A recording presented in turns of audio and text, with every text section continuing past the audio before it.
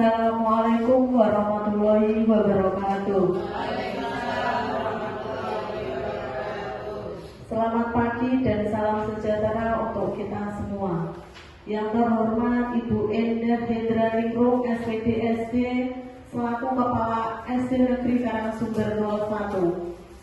Ibu Siti Musyarofah SPD calon guru penggerak angkatan 10 dan seluruh bapak atau ibu guru SD Negeri Karangsumber 1 serta tamu undangan yang berbahagia. Pertama-tama marilah kita bersama memanjatkan puji syukur kehadiran Allah SWT yang telah melimpahkan rahmat, hidayah dan kesehatan sehingga kita dapat berjumpa pada pagi hari ini dalam rangka sosialisasi penerapan budaya positif oleh Ibu Siti Musyarofah dalam mengikuti guru penggerak angkatan 10.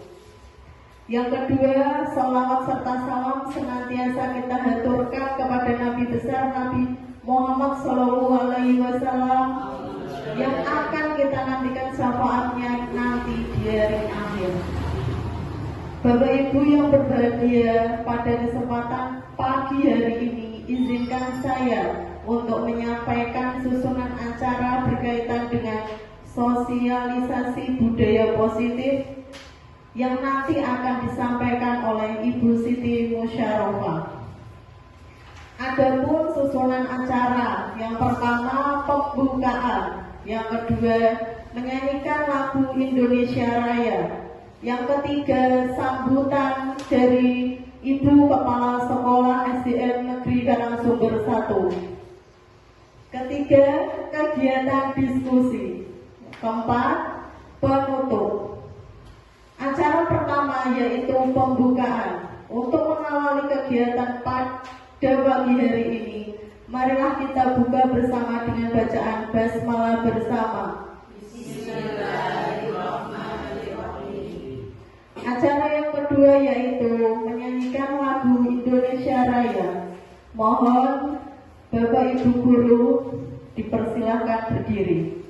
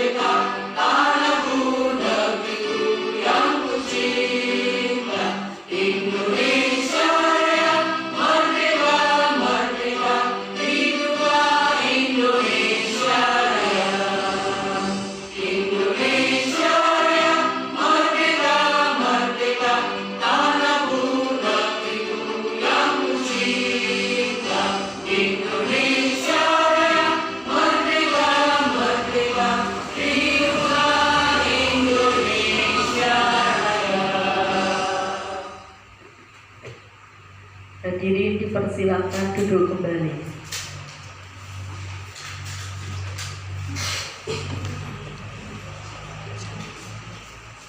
Acara ketiga yaitu sambutan akan disampaikan oleh Bu Endah Hendra Ningrum SPD SD selaku Kepala Sekolah SDN Karangsumber 1. Yang terhormat Ibu Endah Hendra Ningrum SPD SD dipersilakan. Assalamualaikum warahmatullahi wabarakatuh. Waalaikumsalam warahmatullahi wabarakatuh.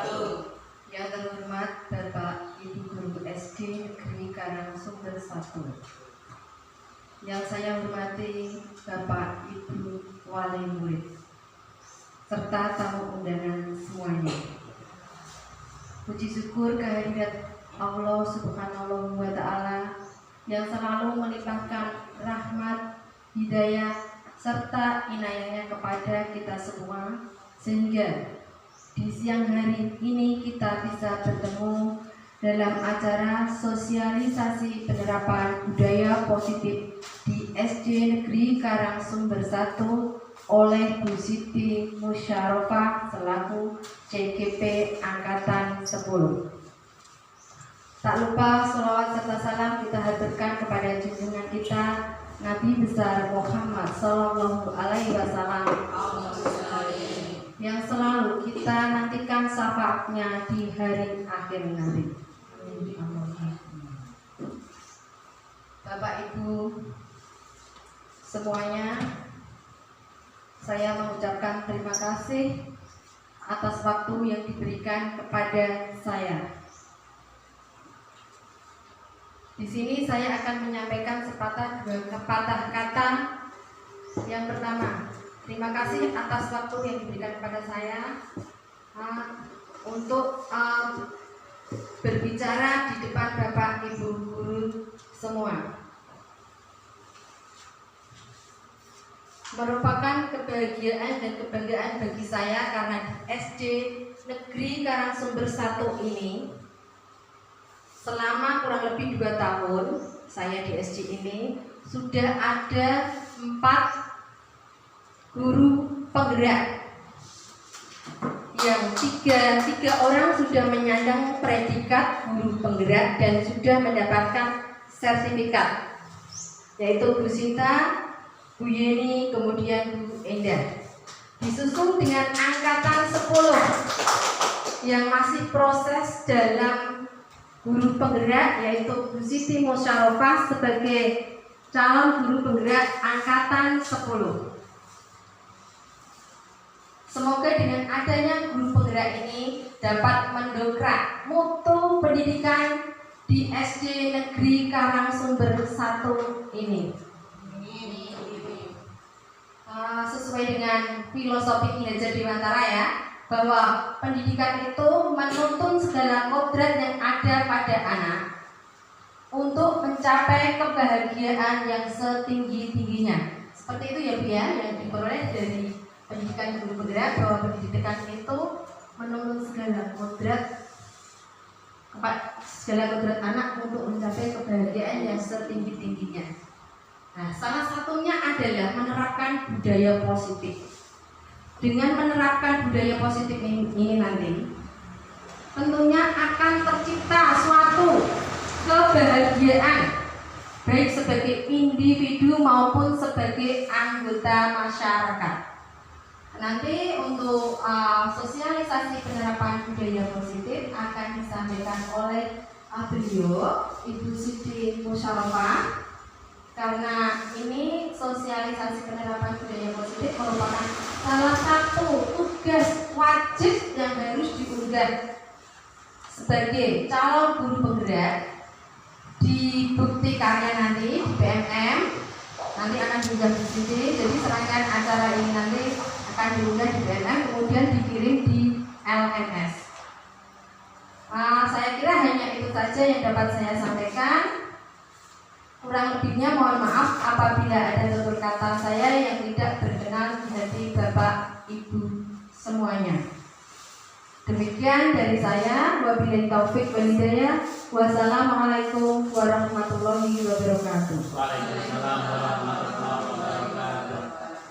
3. Acara selanjutnya yaitu sosialisasi budaya positif yang akan dimoderatori oleh Ibu Siti Musyarofah SPD CGP Angkatan 10. Kami persilahkan. Buatan angger disampaikan ya Bu?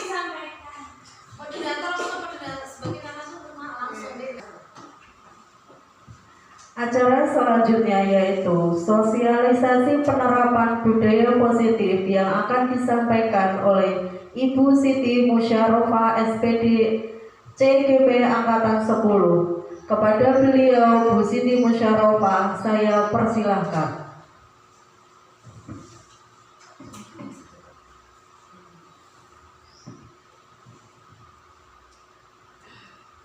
Assalamualaikum warahmatullahi wabarakatuh. Waalaikumsalam warahmatullahi wabarakatuh. Yang terhormat kepada Ibu Endah selaku Kepala Sekolah, yang terhormat Bapak Ibu Guru serta tamu undangan. Pertama-tama mari kita ucapkan puji syukur dari Allah Subhanahu wa taala yang mana telah memberikan kepada kita kesehatan sehingga kita dapat berkumpul di siang hari ini. Salawat serta salam tidak lupa kami haturkan kepada junjungan kita Nabi Muhammad Sallallahu Alaihi Wasallam. Pada siang hari ini saya akan mensosialisasikan penerapan budaya positif di SDN Karangsumber 01 ini. Sebelumnya saya akan berpantun terlebih dahulu. Nanti Bapak Ibu bilang cakep gitu ya. Jalan-jalan membeli roti. Cakep. Jangan lupa minum es limon. Sebelum acara kita mulai, izinkan saya memberikan pantun. Pagi-pagi ke pasar Guangsan. Jangan lupa memberi santan. Selamat siang Bapak Ibu sekalian.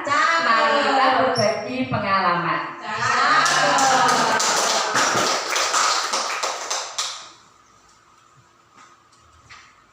Pada siang hari ini saya akan mensosialisasikan tentang penerapan budaya positif. Sebelum ke inti budaya positif, saya akan memberikan latar belakang budaya positif, yaitu adapun latar belakang adanya budaya positif ini sesuai dengan filosofi dari Ki Hajar Dewantara yang mengumpamakan sekolah sebagai sebuah ladang tempat persembahan bibit-bibit agar bibit-bibit berkembang secara maksimal. Maka petani dapat memperbaiki kondisi tanah dengan cara memelihara bibit tanaman, memberikan pupuk dan air, membasmi ulat-ulat atau jamur-jamur yang mengganggu bibit tanaman tersebut.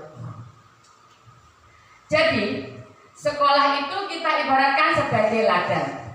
Siswanya diibaratkan sebagai tanaman, sedangkan gurunya itu adalah sebagai petaninya. Bahkan gurulah yang dapat menuntun siswanya itu supaya seperti apa. Walaupun bibitnya unggul, tetapi apabila kita sebagai guru tidak memberikan perlakuan yang baik, maka ketika tidak memberi pupuk maupun tidak memberikan air yang cukup, maka hasilnya nanti tidak akan sesuai apa yang kita harapkan.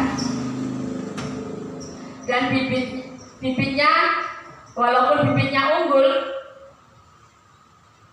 tidak akan berkembang dengan baik. Jadi tugas kita itu sebagai guru untuk mendidik agar siswa dapat tumbuh dan berkembang sesuai dengan harapan kita. Ya. Dan budaya positif, tentunya bapak-bapak dan ibu-ibu sudah pernah mendengar apa itu budaya positif. Dan tentunya di sekolah di SDN Karangsumber ini juga sudah menerapkan budaya positif itu apa? Bapak-bapak ibu-ibu apakah sudah mengerti apa itu budaya positif? Budaya itu apa ya?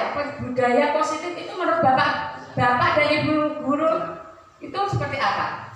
Menurut bapak ibu guru? Kalau menurut saya budaya itu suatu kebiasaan yang dilakukan secara berulang-ulang.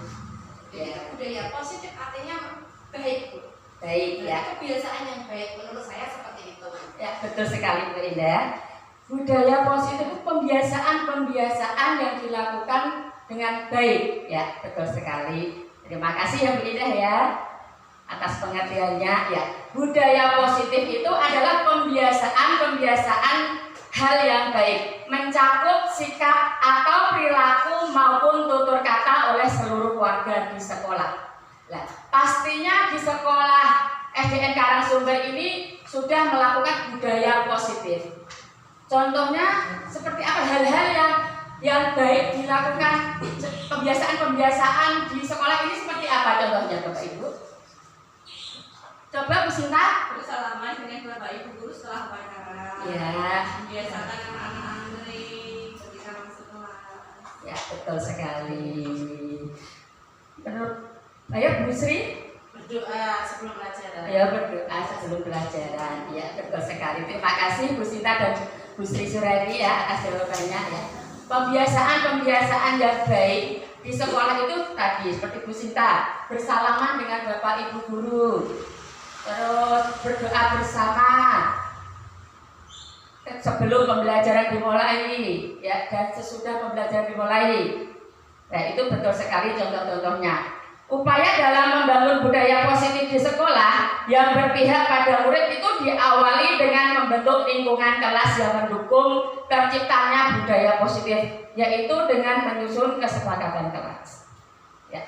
Oleh karena itu, untuk menerapkan dan membangun budaya positif di sekolah agar dapat terwujud, guru beserta warga sekolah harus saling berkolaborasi. Jadi, dalam menanamkan budaya positif di sekolah itu kita tidak bisa berjalan dengan sendiri. Kita harus saling berkolaborasi dengan yang lain. Kalau di sekolah ya, warga sekolah itu harus berkolaborasi dengan baik. Tidak ada yang berpecah-pecah ya, saling bermusuhan tidak ada. Kita harus saling bersatu, saling mendukung satu sama lain ya. Dalam mewujudkan budaya positif itu guru memegang peranan penting karena guru itu sebagai pamong diharapkan dapat menuntun muridnya untuk menjadi pribadi yang baik dan bertanggung jawab serta memiliki karakter yang sesuai dengan profil pelajar Pancasila. Nah, ini konsep utama budaya positif ini ada 7 ya.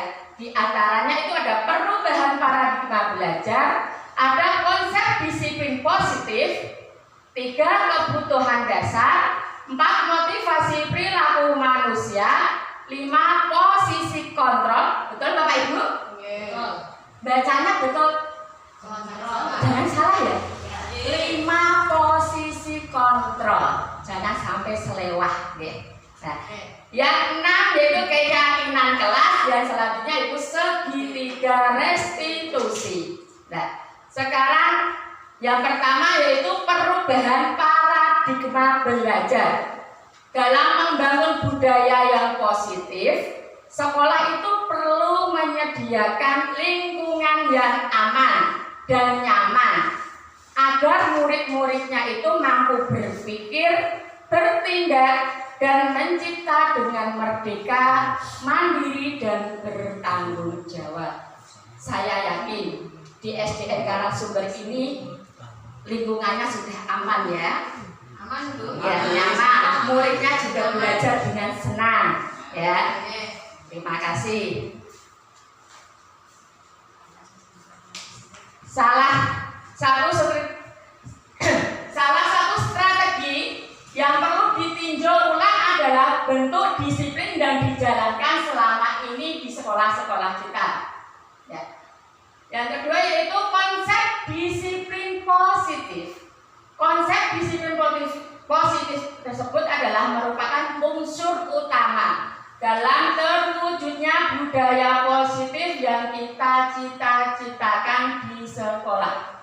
Sekarang, menurut Bapak Ibu, budaya positif itu yang bagaimana tadi sudah disebutkan Bapak Ibu ya. Budaya positif itu yang seperti apa? Tadi sudah disebutkan Bu Endah. Contohnya sudah disebut, yaitu pembiasaan yang baik. Ya, budaya itu kan pembiasaan. Dengan positif itu kan baik. Jadi budaya positif itu pembiasaan yang baik yang dilakukan sehari-hari ya. Terus, apakah di sekolah kita sudah tercipta budaya positif Bapak Ibu? Sudah. Terima kasih. Di antaranya tadi pembiasaan budaya positif yang dilakukan di sekolah SD Karangsumber tadi ada beberapa macam. Di antaranya apa saja tadi Bu? Bapak? Bersalaman 5S ya. Ya, terus berdoa sebelum dan sesudah pembelajaran. Ya, terima kasih. budaya positif yaitu adalah nilai-nilai atau keyakinan-keyakinan atau pembiasaan-pembiasaan yang baik agar seseorang itu menjadi pribadi yang baik dan bertanggung jawab. Oke. Jadi budaya positif itu adalah nilai-nilai atau keyakinan-keyakinan atau kebiasaan-kebiasaan yang baik yang dilakukan sehari-hari supaya menjadi pribadi yang baik dan bertanggung jawab. Nah, kita sebagai guru itu merasa berkewajiban mengontrol perilaku siswa agar sesuai dengan harapan kita. Ada yang berpendapat bahwa kalau saja anak-anak bisa disiplin, pasti mereka akan bisa belajar. Nah, para guru juga berpendapat bahwa mendisiplinkan anak-anak itu adalah bagian yang paling menantang. Nah, karena kita itu berada di lingkup SD, pasti untuk mendisiplinkan anak kecil itu sulit sekali, ya. Dari pekerjaan guru itu kita mendengar kata disiplin, kebanyakan orang akan menghubungkan kata disiplin dengan kata tertib, teratur, dan kepatuhan pada peraturan. Terkadang juga dihubungkan dengan hukuman. Padahal sesungguhnya berbeda, karena belajar tentang disiplin positif ini tidak harus dengan membentuk hukuman, ya. Murid yang memiliki disiplin positif itu akan memiliki motivasi internal yang tinggi. Disiplin internal itu dari luar, ya, dari luar diri, mas. Internal dari apa? Internal itu dari dalam, ya. Tinggi dalam menguasai diri untuk melakukan tindakan yang sesuai dengan nilai-nilai kebajikan universal, ya. Sebagai pendidik, tujuan kita itu adalah untuk menciptakan anak-anak yang memiliki disiplin. Dari memiliki disiplin diri sehingga mereka bisa berperilaku dengan mengacu pada nilai-nilai kebajikan universal dan memiliki motivasi intrinsik bukan ekstrinsik. Ekstrinsik. Disiplin adalah kemampuan memerintah diri sendiri dalam mengontrol dan menguasai diri untuk memilih tindakan yang mengacu pada nilai-nilai yang kita hargai dengan penuh tanggung jawab tanpa diperintah orang lain. Berarti di sini disiplin itu sudah tertanam pada diri anak tanpa diperintah, dia itu sudah tahu tanggung jawabnya, ya, kedisiplinannya. Ya. Nilai-nilai yang kita hargai di sini adalah ada nilai kebajikan, yaitu sifat positif manusia yang merupakan tujuan mulia yang ingin dicapai setiap individu, yaitu nilai-nilai dalam profil pelajar Pancasila. Sebagai pendidik, tujuan kita adalah menciptakan anak-anak yang memiliki disiplin diri sehingga mereka bisa berperilaku dengan mengacu pada nilai-nilai kebajikan universal dan memiliki motivasi intrinsik bukan ekstrinsik. Sekarang kebutuhan dasar manusia, yaitu kebutuhan itu realitas setiap orang berbeda-beda. Kita mempunyai kebutuhan yang berbeda. Kita harus berusaha memahami pandangan orang lain tentang dunia yang mana setiap orang itu mempunyai gambaran yang berbeda. Kebutuhan dasar manusia itu meliputi ada kebutuhan bertahan hidup. Kebutuhan bertahan hidup yaitu kebutuhan yang bersifat fisiologis untuk bertahan hidup. Misalnya kesehatan, rumah, makan, itu adalah kebutuhan bertahan hidup. Dua, kasih sayang dan rasa diterima, itu kebutuhan untuk memberi dan menerima kasih sayang. Yang ketiga, penguasaan atau kebutuhan pengakuan atas kemampuan.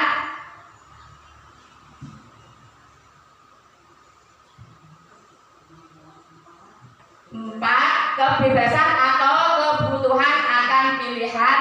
Yang kelima, kesenangan atau kebutuhan untuk merasa senang. Ini ada sebuah kasus Bapak Ibu. Diperhatikan, Ibu Ria, guru kelas 6 di SD Permai, sedang bingung menghadapi ulah salah satu murid di kelasnya yang bernama Agus. Beberapa anak telah datang dan mengeluhkan Agus yang seringkali meminta bekal kepada temannya, bekal makan siang mereka dengan paksa. Jika Anda menghadapi situasi seperti Bu Ria, apa yang akan Anda lakukan menurut apa yang akan Bapak Ibu lakukan melihat situasi seperti itu? Seperti Bu Ria dalam menghadapi anak yang meminta paksa jajannya, bekalnya temannya. Dia tidak mau membawa bekal dan dia meminta jajannya temannya dengan cara paksa. Dinasehati. Oke, matur suwun Bu. Dinasehati ya. Betul. Masalahnya kenapa tadi minta temannya? Ya. Mencari akar permasalahan dan mencari akar permasalahan. Ya, menanyai muridnya ya, menanya kenapa tidak membawa bekal itu ya. Ya.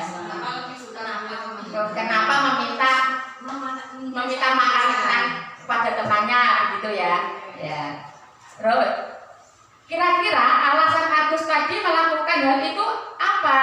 Nah, itu memenuhi apa? Dari keenam kriteria tadi, memenuhi kebutuhan hidup karena lapar. Karena Agus tadi lapar dan tidak membawa bekal. Ya, terima kasih. Selanjutnya, dalam konteks penerapan disiplin positif, Ibu Ria sebaiknya mencari tahu. Ya, dalam kasus tadi, dalam konteks penerapan disiplin positif, Ibu Ria itu sebaiknya mencari tahu alasan Agus melakukan tindakan tersebut agar mengetahui kebutuhan mana yang sedang berusaha dipenuhi oleh Agus. 1. Agus lapar dan orang tuanya tidak membawakannya bekal makan siang. Itu termasuk kebutuhan bertahan hidup. Yang kedua, teman Agus menjadi perhatian kepada Agus.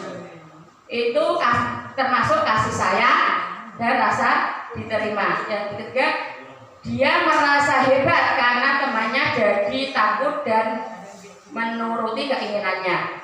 Itu penguasaan. 4. Agus merasa bosan dengan bekal yang dibawakan orang tuanya karena selalu bekal yang sama. Ini alasan-alasan Agus ketika ditanyai gurunya itu bisa mendapatkan jawaban yang bermacam-macam. Bisa sebagai bertahan hidup, rasa diterima, jadi penguasa, atau kebebasan, atau kesenangan. Yaitu Agus hanya iseng dan dia menikmati ekspresi wajah temannya yang kesal. Ya.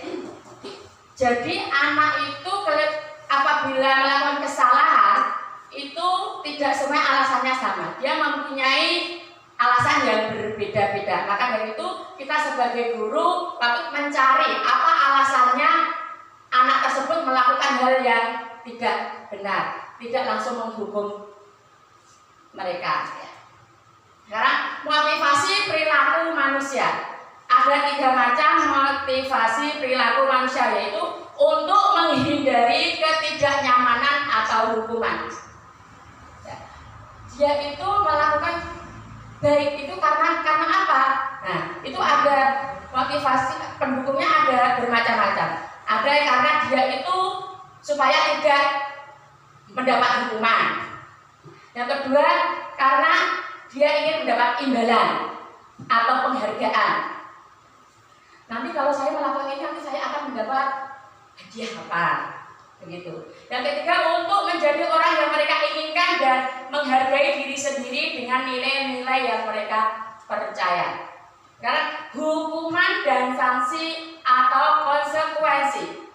Nah, ini ada studi kasus.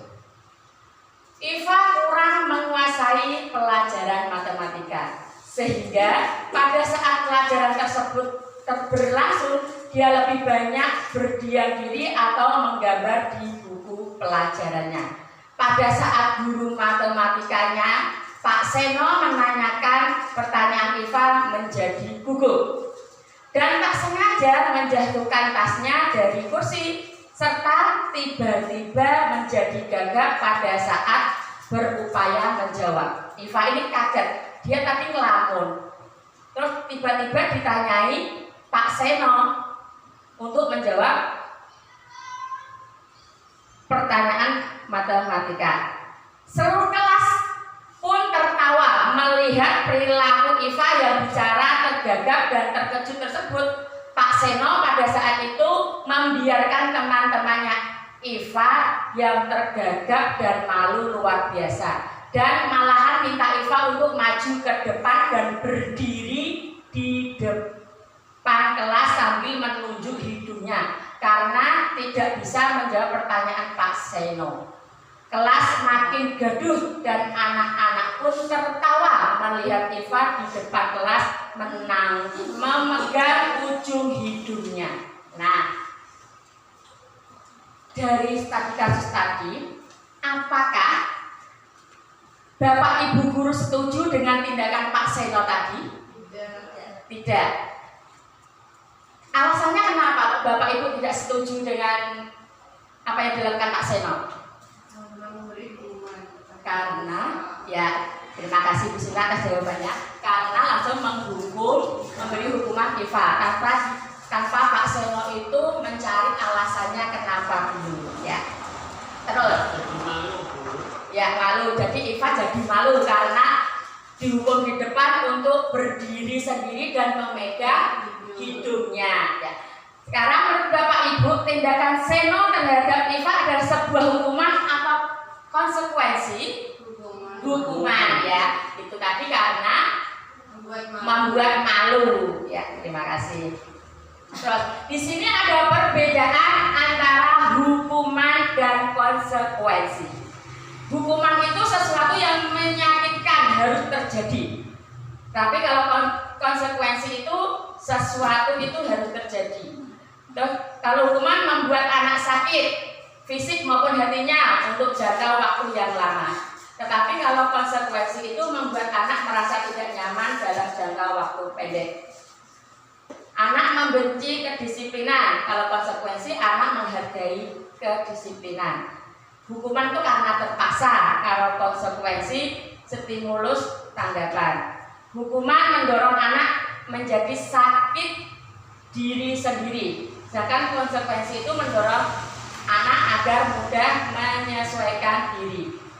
Hukuman itu konsep diri yang buruk, sedangkan konsekuensi itu konsep diri yang baik. Sekarang Bapak Ibu perhatikan, ini ada contoh-contoh suatu masalah. Nanti Bapak Ibu itu memilih antara hukuman atau konsekuensi. Lari mengelilingi lapangan basket 2 kali karena terlambat hadir di sekolah. Menurut Bapak Ibu itu suatu hukuman atau konsekuensi? Hukuman. Ya. Yang kedua, membersihkan coretan yang dibuatnya di meja tulis. Konsekuensi karena dia tidak langsung, tapi tidak dipermalukan, ya. Ada murid meminta untuk push up 15 kali karena tidak menggunakan masker ke sekolah. Hukuman, menyakiti, ya. Itu termasuk pemaksaan, ya. Menggantikan kertas tugas teman yang telah dicoret. Konsekuensi, ya.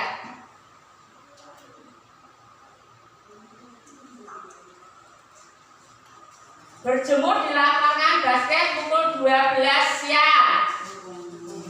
Hukuman, murid diminta bertelanjang kaki sepanjang hari karena tidak menggunakan sepatu warna hitam sesuai peraturan di sekolah.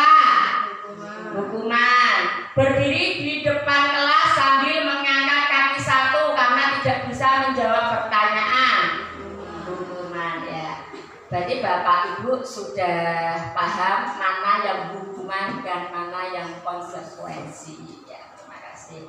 Sekarang 5 posisi kontrol. 5 posisi kontrol itu adalah kita sebagai guru, kita itu harus membedakan 5 posisi kontrol itu. Kita harus bisa membedakan kita sebagai penghukum atau pembuat merasa bersalah, keteman atau pemantau atau manajer, ya.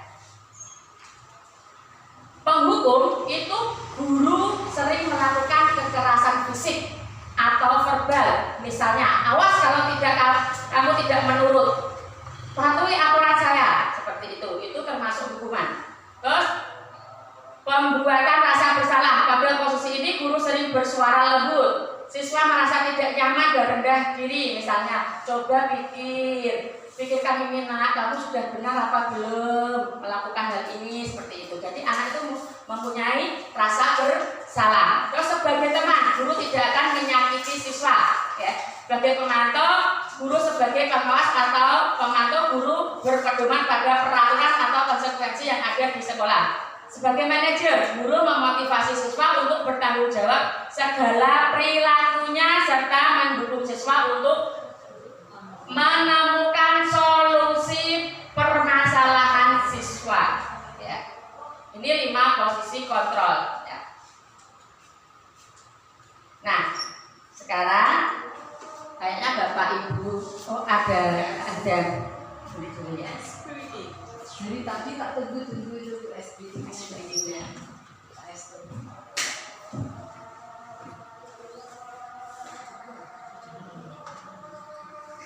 Tiga.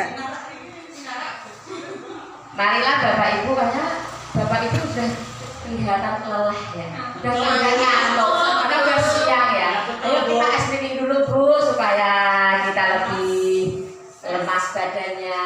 Kita joget-joget dulu nggih. Ayo berdiri Bu, Bapak. Ayo.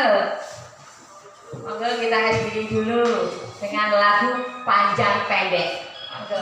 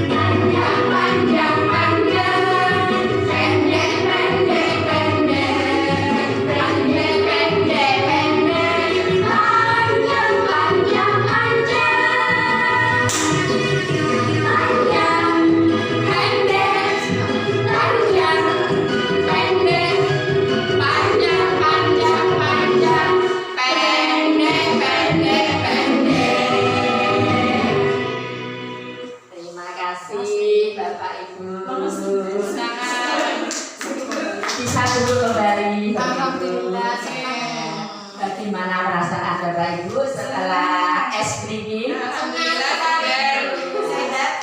Sehat ya, segar ya. Tidak anu ya Bu?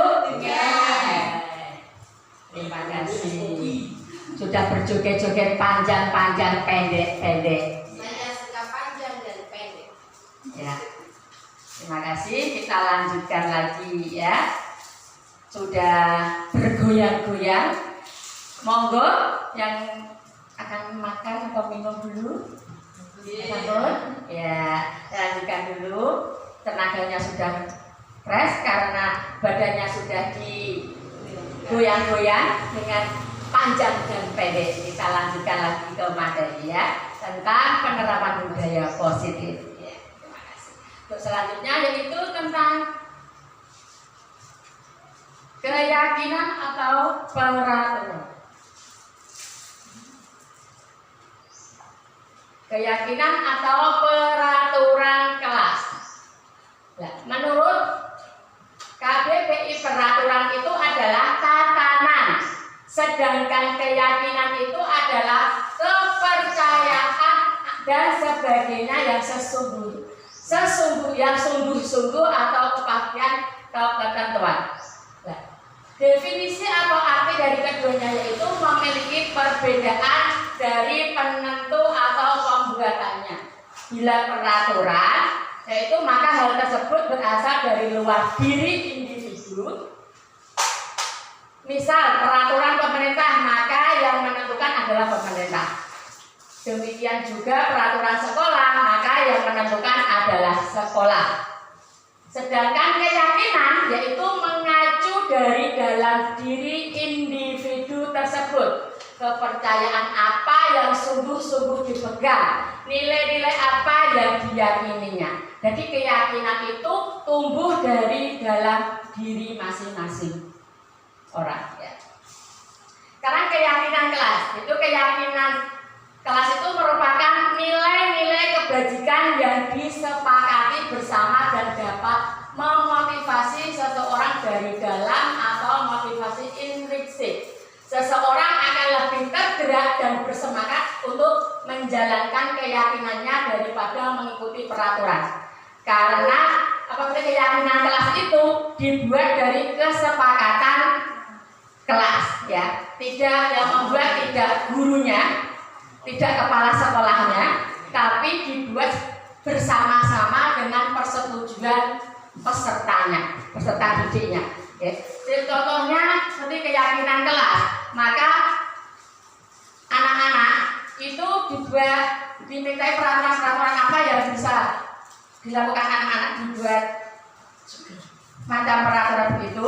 Nanti kalau anak-anak sudah berpendapat tentang aturan-aturan yang akan dipakai, lalu dimusyawarahkan bersama, dibuat menjadi sebuah keyakinan kelas. Keyakinan kelas nanti sudah terbuat, nanti itu nanti dapat dijadikan keyakinan kelas yang nanti kalau sudah jadi itu ditempel, yang mudah dilihat anak dan mudah dihafal anak. Jadi keyakinan kelas itu tidak perlu banyak-banyak. Yang penting anak itu bisa mengerti, bisa hafal, dan dia tahu, oh keyakinan kelas saya itu seperti ini, maka saya tidak akan melanggar keyakinan kelas tersebut, gitu. Nah, ciri-ciri keyakinan kelas, ciri-ciri keyakinan kelas itu yang bagaimana? Yaitu peraturan yang melibatkan semua warga kelas tersebut. Terus dibuat dalam bentuk kalimat positif, kalimatnya tidak boleh negatif. Ya, kalimatnya seperti jujur, disiplin, seperti itu. Tidak dibuat dalam jumlah banyak tadi ya, sudah saya terangkan tadi, sehingga mudah diingat. Keyakinan kelas itu mudah diingat oleh anak-anak dan dipahami semua siswa. Dapat ditinjau kembali dari waktu ke waktu. Contoh pelaksanaan keyakinan kelas itu adalah mengenalkan keyakinan kelas kepada peserta didik. Menyusun keyakinan kelas bersama peserta didik. Tadi tidak dibuat oleh gurunya, tidak dibuat oleh kepala sekolahnya, tapi yang menyusun keyakinan itu adalah kesepakatan bersama peserta didik. Membiasakan penerapan keyakinan kelas untuk menumbuhkan kedisiplinan pada peserta didik. Loh, kenapa dibuat keyakinan kelas? Karena itu untuk menumbuhkan rasa kedisiplinan peserta didik. Kegiatan ini contoh kegiatan meyakinkan kelas sama ini. Berdiskusi tentang peraturan. Anak-anak diajak berdiskusi tentang peraturan-peraturan apa yang perlu kita taati dan yang kita laksanakan di dalam kelas tersebut. Terus merumuskan peraturan yang menjadi keyakinan. Terus setelah anak-anak berdiskusi dan mendapat rumusannya atau keyakinannya apa, ditempel keyakinan kelas itu, menempel keyakinan kelas dan dirumuskan. Setelah itu keyakinan kelas yang disepakati bisa dipajang di dinding, dan memajangnya itu yang mudah dilihat anak, tidak di belakang pintu. Tidak seperti itu. Kalau di belakang pintu kan anak-anak tidak melihat. Kalau dipajang sekiranya itu tempatnya yang mudah dilihat dan mudah dilihat anak ketika oh ya, keyakinan kelas saya itu ini, saya tidak boleh melanggar keyakinan kelas ini karena keyakinan kelas ini sudah saya buat sendiri dengan kesepakatan dengan teman-teman. Terus sekarang segitiga restitusi.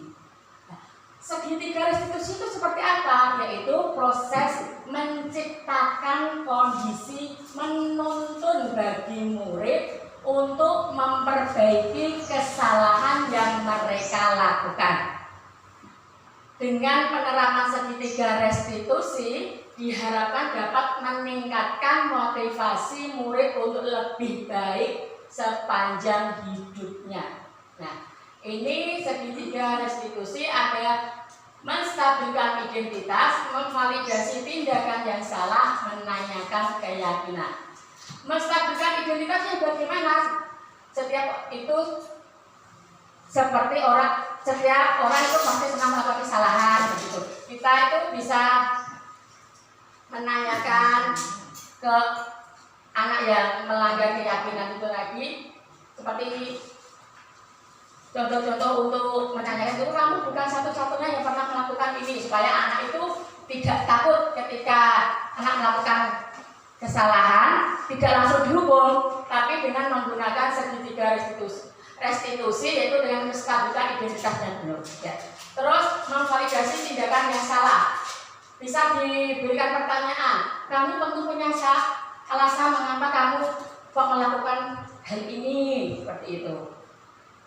Kita menggali alasan-alasan anak itu kenapa melakukan kesalahan tersebut. Tidak langsung menghukumnya, kita mencari dulu kenapa anak ini kok sebenarnya terlambat sekolah ya. Kenapa anak ini kok terlambat sekolah? Tidak langsung dihukum atau apa tidak, tapi kita cari dulu penyebabnya, begitu. Terus adakah cara yang lebih efektif untuk mendapatkan apa yang kamu butuhkan, begitu. Terus menanyakan keyakinan. Keyakinan kelas kamu apa? Nanti kalau sudah menstabilkan identitas, memvalidasi tindakan yang salah, menanyakan keyakinan. Kita tidak mengingatkan kalau kita sudah tahu alasannya kenapa anak tersebut melakukan kesalahan ya. Kita memberikan solusi kepada anak tersebut. Kita itu mengingatkan keyakinan kelasnya apa. Terus sudah melanggar keyakinan kelas kita berupa apa, begitu. Mengingatkan anak kepada keyakinan kelas yang sudah disepakati, seperti itu. Terus segitiga restitusi. Tahapan segitiga restitusi itu adalah menstabilkan identitas tadi ya. Menstabilkan identitas itu merubah orang yang merasa gagal, karena anak ini sudah merasa gagal karena berbuat yang salah menjadi orang yang sukses. Dia itu tidak takut dihukum. Dia mampu meyakinkan mereka. Kita itu bisa meyakinkan anak yang bersalah tadi dengan menenangkan dan mencari solusi permasalahannya, sehingga anak ini tidak merasa takut. Terus memvalidasi tindakan yang salah, memahami kebutuhan dasar yang mendasari tindakannya tersebut. Tidak memahami alasan mereka berbuat kesalahan. Kebutuhannya apa? Yang dibutuhkan itu apa? Seperti itu. Kalau menanyakan keyakinan, menanyakan keyakinan dan sudah disepakati untuk mencari solusi permasalahannya. Kita nanti mencari solusinya apa yang baik dilakukan dan terbaik. Ya. Ini ada suatu contoh kasus, ya. Contoh kasus ada peserta didik yang sedang makan di dalam kelas pada saat jam pelajaran. Padahal sudah kesepakatan kelasnya itu adalah tidak boleh makan di dalam kelas. Tapi pada saat pembelajaran, tapi anak ini dia makan di dalam kelas.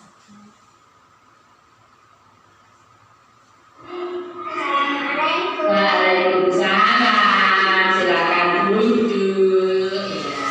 Duduk Mbak. Mbak Hira apa kabar? Sudah dimakan? Bertanya? Iya kayaknya.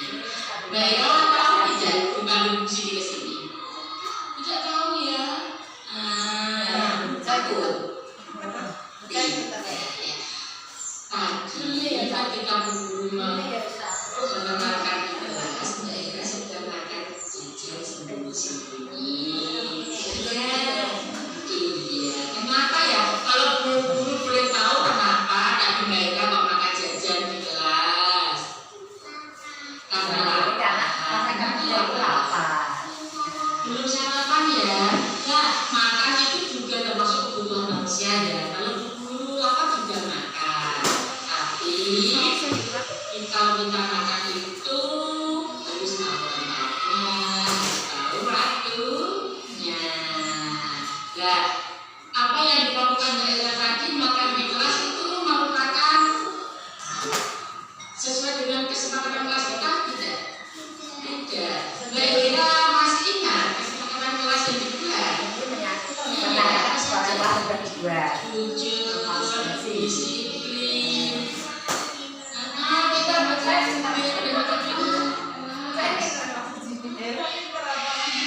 minta izin ya, kalau keluar kelas minta izin. Berarti Mbak Ira tadi makan di dalam kelas sudah melanggar kesepakatan kelas berapa? Ya, berarti sudah melanggar kesepakatan kelas. Tapi guru di sini tidak akan membunuh Mbak Ira, tidak akan memarahi Mbak Ira, tapi guru akan mengarahkan Mbak Ira, akan memberikan solusi Mbak Ira untuk lebih baik. Berarti Mbak Ira lapar ya, makan di kelas ya, karena lapar ya. Jadi solusinya kalau supaya tidak lapar ketika mengikuti pelajaran lebih baik bagaimana? Iya, selama dulu di rumah sebelum pergi ke sekolah sarapan terlebih dahulu. Kenapa tadi tidak sempat makan di rumah, tidak sempat sarapan di rumah? Takut, karena takut telat ke sekolah ya. Nah, supaya tidak telat ke sekolah, Mbak Ira bangun tidurnya lebih pagi ya. Iya, sudah tahu Mbak Ira apa kesalahannya, bagaimana pelanggaran yang sudah dilakukan. Nah, sekarang Mbak Ira sudah tahu solusinya. Apa tadi solusinya? Sarapan dulu di rumah, terus bangunnya lebih pagi supaya tidak telat. Sekarang Mbak Ira kapan mau mentaati kesepakatan kelas kita? Besok ya, janji Mbak Ira besok sudah akan mentaati kesepakatan kelasnya, sudah tidak melanggar kesepakatan kelasnya. Iya, terima kasih Mbak Ira. Mbak Ira bisa masuk lagi di kelasnya ya, belajar dengan rajin, karena Mbak Ira pengen ya jadi anak yang rajin, yang disiplin ya. Terima kasih. Saya silakan masuk ke ruangan.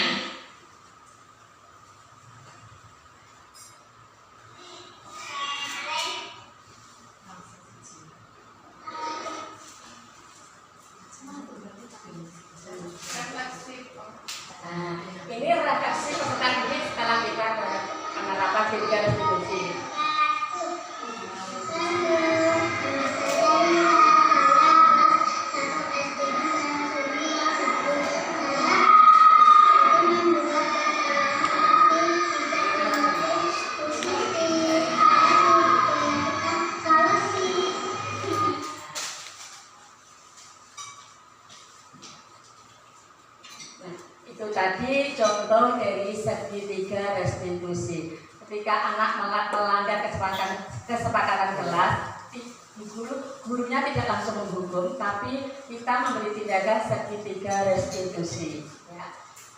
Itu menstabilkan identitasnya, memvalidasi, terus menanyakan kesepakatan kelas.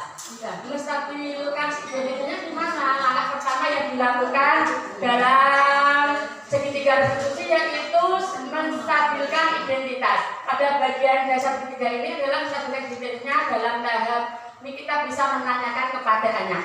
Contohnya ketika tadi pada waktu guru memberikan tugas untuk mengerjakan tugas daerah, maka di kelas itu termasuk perbuatan yang salah apa tidak? Itu termasuk menstabilkan identitas. Ya.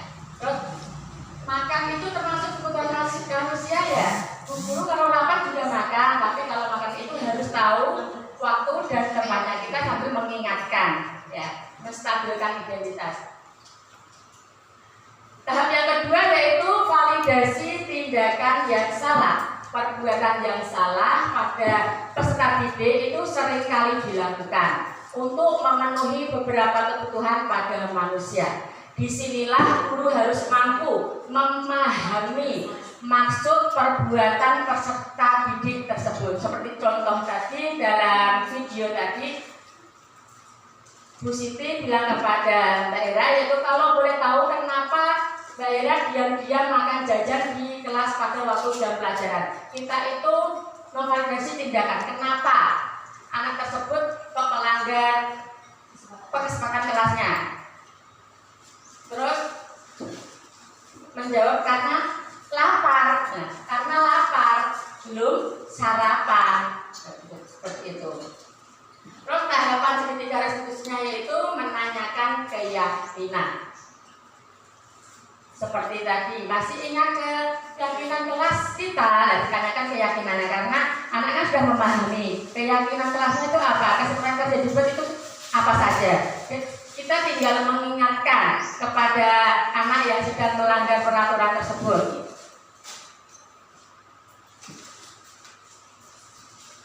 Dan itu tadi pemaparan saya tentang penerapan budaya positif di sekolah. Kesimpulan itu budaya positif itu tidak dapat dilakukan sendirian dan tidak hanya di dalam satu kelas saja, tapi butuh dukungan dari semua warga sekolah. Karena dengan dukungan dan kolaborasi dari semua warga sekolah, budaya positif ini dapat tercipta dengan baik dan selaras dengan ekosistem sekolah agar mewujudkan murid di masa depan yang berkarakter profil pelajar Pancasila. Nah, Bapak Ibu, setelah pemaparan penerapan budaya positif tadi, ada yang perlu ditanyakan. Bapak Ibu, monggo.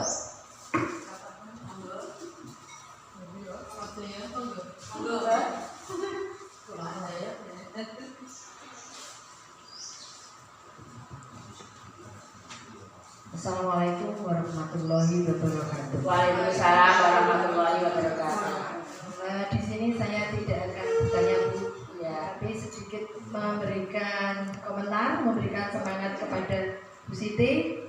Secara keseluruhan budaya positif itu telah disampaikan oleh Bu Siti Musyarofa. Semoga dengan adanya budaya positif ini kita bisa menerapkan kepada lingkungan sekolah kita semuanya, Bapak, Ibu, guru maupun anak-anak di sekolah sini di SD Negeri Karangsumber 1 ini. Karena dengan budaya positif ini nanti bisa tercipta sesuatu yang baik dengan cara berkolaborasi dengan kepala sekolah, rekan sejawat nanti akan memberikan dampak yang nyata bagi siswa.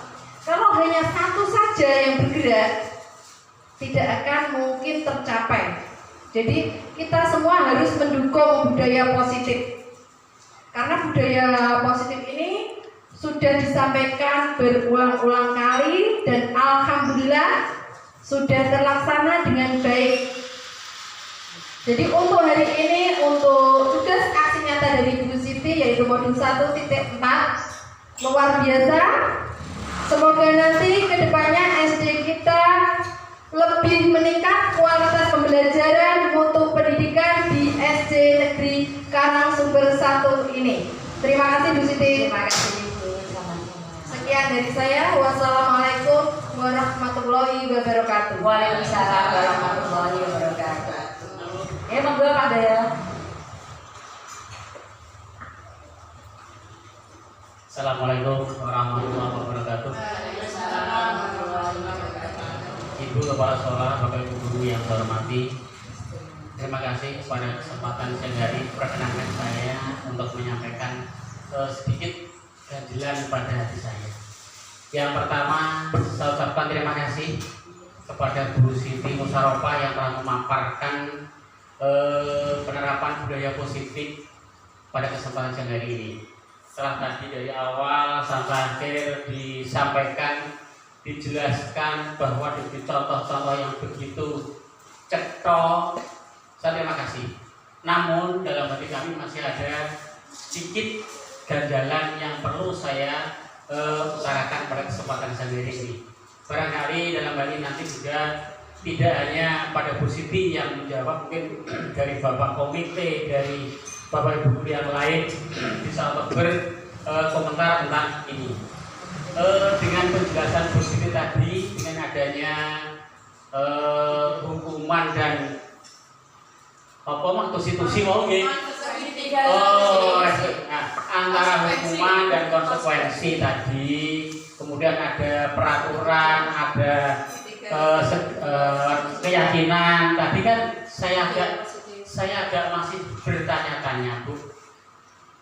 Di dalam kelas-kelas yang saya ajarkan sejak saya jadi guru pertama sampai tahun 2023, itu di dalam kelas selalu saya pasang peraturan atau tata tertib kelas A misalnya, atau kelas 6 misalnya. Tata tertib yang saya buat atau peraturan yang saya buat dalam kelas itu diperbolehkan atau tidak, Bu, dengan adanya keyakinan tadi. Jadi saya hanya ingin bedanya apa sih peraturan dengan keyakinan. Nek mau diterake atau koyo ngono mau, tapi saya masih belum begitu cetok. Bedanya apa antara peraturan dengan keyakinan, itu mohon dijelaskan, Bu. Sekian, terima kasih. Assalamualaikum warahmatullahi wabarakatuh. Waalaikumsalam warahmatullahi wabarakatuh. Bapak Ibu ada yang mau menjawab? Sudah, monggo.